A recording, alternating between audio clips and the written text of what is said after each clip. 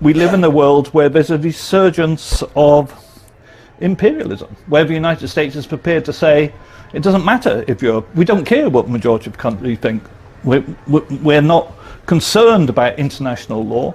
Might is right. We had Marco Rubio make a straight-out defense of the notion of imperialism to the Munich Security Conference, where he actually blamed the European countries for giving up colonialism extraordinarily. There was an article in the Washington Post about 10 days ago which said that China is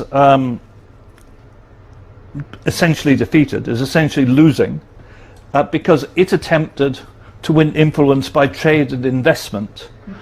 And what's the point? Because it's been shown in Panama, for example, that American military power can take away ports from China even if China builds them. And whatever infrastructure in the third world China develops, America can simply seize it using military power. Therefore, China has been outwitted, outplayed, because it's not willing to enter direct military confrontation with the United States.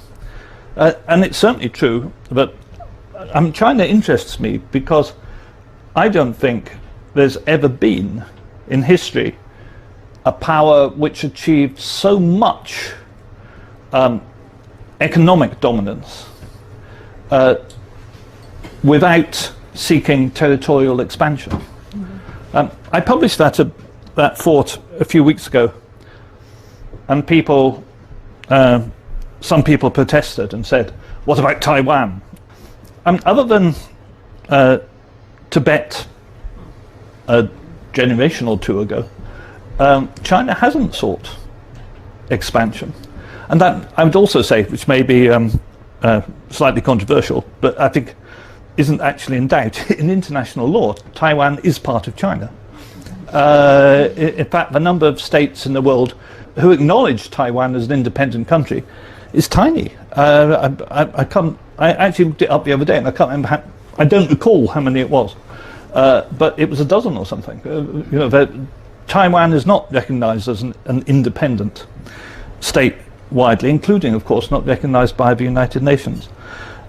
China does not seek to impose its will on the world by military force.